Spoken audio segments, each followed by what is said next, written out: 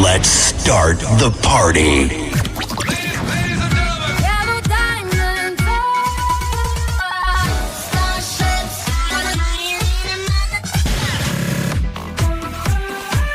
Let's start the party.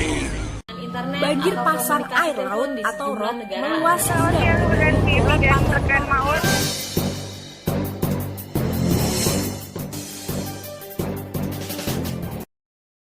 Assalamualaikum warahmatullahi wabarakatuh. Selamat pagi pendengar KPI Voice Corner dimanapun Anda berada. Jumpa lagi dengan saya Anissa Nuraini. Buat kamu yang lagi beraktivitas, lagi santai ataupun yang lagi di perjalanan, senang rasanya bisa kembali hadir di ruang dengar kamu tentunya dalam program KPI Voice Corner. Selama 1 jam ke depan, Anissa akan mengisi ruang dengar kamu dengan berbagai informasi terbaru dan menarik yang pastinya sayang bila kamu lewatkan. Ya, informasi pertama datang dari dunia pendidikan tanah air, tepatnya kampus IAIN Ponorogo, yang mengalami kemajuan secara perlahan selama pandemi COVID-19. Kemajuan ini dapat dilihat dari sejumlah pembangunan fasilitas di kampus 2 IAIN Ponorogo. Laporan selengkapnya akan disampaikan oleh reporter kita Arika Setia. Silahkan Arika. Ya, terima kasih Anissa Nuraini di tempat. Saya laporkan Sabtu 13 Maret 2021 dari kampus 2 IAIN Ponorogo. Pendengar, perlu kita ketahui bahwasanya kampus IAIN Ponorogo mengalami kemajuan secara perlahan-lahan selama pandemi COVID-19, khususnya di kampus 2 IAIN Ponorogo. Dalam pantauan saya saat ini, terlihat perbedaannya di sisi selatan terdapat bangunan masjid yang belum terselesaikan. Selain itu, lahan parkir yang sebelumnya hanya berupa tanah, sekarang lahan parkir sudah dipaving menyeluruh. Tak hanya itu, di sisi utara bangunan kampus terdapat gazebo untuk tempat pengistirahatan dan di sisi timur terdapat bangunan. Tetapi bangunan tersebut belum diketahui secara pasti akan digunakan apa nantinya. Di sini juga terlihat beberapa pekerja proyek untuk menyelesaikan pembangunan masjid. Dilansir dari salah satu mahasiswa yang sedang berada di kampus 2 IAIN Ponorogo. Nah, saya di sini bersama salah satu mahasiswa yang bernama Mas Haji. Halo Mas Haji, Assalamualaikum. Waalaikumsalam warahmatullahi wabarakatuh. Mas Haji, apa harapan Anda agar kampus IAIN Ponorogo ini mengalami kemajuan yang pesat? Harapan saya ke depannya agar kampus 2 IAIN Ponorogo bisa maju itu dengan ditambahkannya fasilitas seperti perpustakaan. Karena dengan adanya perpustakaan, mahasiswa akan dengan mudah mendapatkan bahan bacaan untuk tugas-tugas kuliahnya. Seperti itu, Mbak. Oh, begitu ya Mas Haji. Nah, untuk bagaimana pendapat Mas Haji sendiri ke depannya untuk merealisasikan pembangunan tersebut? Ya, menurut saya semoga dari pihak kampus bisa mempercepat pembangunan masjid di kampus 2 saat ini. Karena seperti yang kita tahu, mahasiswa dan mahasiswi di kampus 2 itu kesusahan untuk mencari tempat sholat. Seperti itu, Mbak. Oh, begitu ya Mas. Makasih Mas Haji atas waktunya. Oh iya, sama-sama Mbak. Terima kasih kembali. Nah, itulah salah satu pendapat dari salah satu mahasiswa yang sedang berada di kampus 2 IAIN Ponorogo. Selanjutnya, saya kembalikan ke studio. Terima kasih Arika. Baik pendengar, kita beralih ke berita selanjutnya. Berita kedua datang dari pemerintahan Kabupaten Ponorogo terkait pandemi COVID-19. Berita akan disampaikan oleh reporter kami, Antoni Trias, yang sedang berada di Kabupaten Ponorogo. Antoni, silahkan laporannya. Rekan Anissa, di sini saya akan melaporkan berita tentang pandemi COVID-19 di Kabupaten Ponorogo pada saat ini. Dilansir dari media kompas.com, kasus positif COVID-19 di Kabupaten Ponorogo meningkat dari hari ke hari.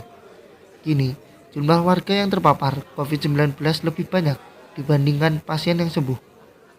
Penambahan kasus baru terus terjadi.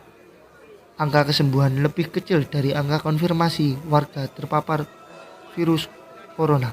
Agus memaparkan sebanyak 15 pasien COVID positif dinyatakan sembuh pada hari Kamis. Sementara itu, tambahan kasus positif COVID-19 sebanyak 20 orang. Kondisi itu menunjukkan jumlah pasien yang sembuh lebih kecil dibandingkan penambahan warga yang terpapar corona. Tak hanya itu, total kasus pasien yang terkonfirmasi positif COVID-19 di Ponorogo mencapai 2.528 orang. Sementara pasien terpapar corona yang dinyatakan sembuh sebanyak 2.066 orang. Pasien yang meninggal dunia sebanyak 139 orang. dan yang masih isolasi sebanyak 323 orang. Selain penambahan pasien positif yang terus terjadi, Agus menyatakan kasus kematian warga akibat terpapar virus corona juga terus bertambah. Kemarin ada satu perempuan berusia 59 tahun warga Kecamatan Babatan dilaporkan meninggal terkonfirmasi COVID-19. Dalam kesempatan kali ini saya bertemu langsung dengan Bapak Agus dari pemerintahan Kabupaten Ponorogo yang akan menjelaskan sedikit dari pemaparan virus corona yang terjadi pada Kabupaten Ponorogo. Nah, Bapak Agus, siapa saja yang berisiko terinfeksi COVID-19? Ya, yang beresiko terinfeksi COVID-19 yaitu orang yang tinggal atau bepergian di daerah di mana virus COVID-19 bersirkulasi sangat mungkin beresiko terinfeksi. Mereka yang terinfeksi adalah orang-orang yang dalam 14 hari sebelum muncul gejala melakukan perjalanan dari negara terjangkit atau daerah yang terjangkit, kontak erat seperti anggota keluarga, rekan kerja atau tenaga medis yang merawat pasien sebelum mereka tahu pasien tersebut terinfeksi COVID-19.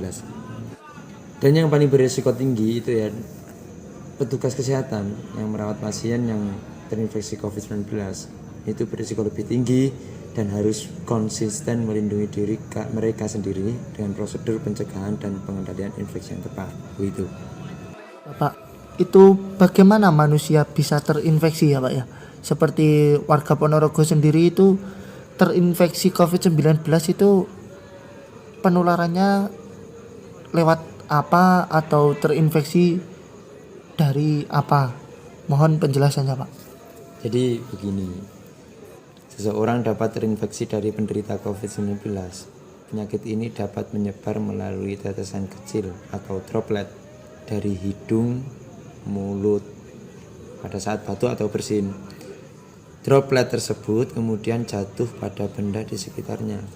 Kemudian jika ada orang lain menyentuh benda yang sudah terkontaminasi dengan droplet tersebut, lalu orang itu menyentuh mata, hidung atau mulut, pokoknya yang bagian sensitif ya seperti wajah, orang itu dapat terinfeksi COVID-19.